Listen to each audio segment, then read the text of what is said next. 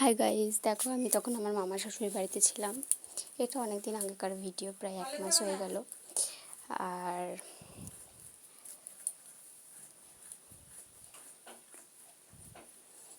আমি এখন ঘুরে ঘুরে দেখছি সব কিছু।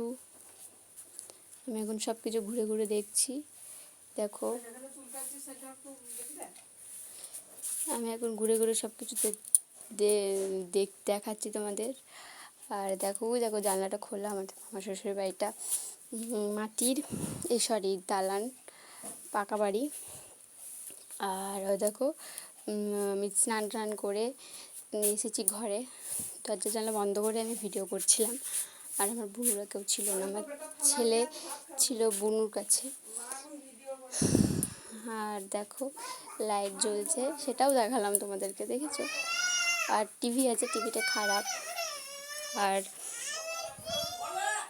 দেখো ঘরটা মোটামুটি বেশ ভালোই, খারাপ কিছু না।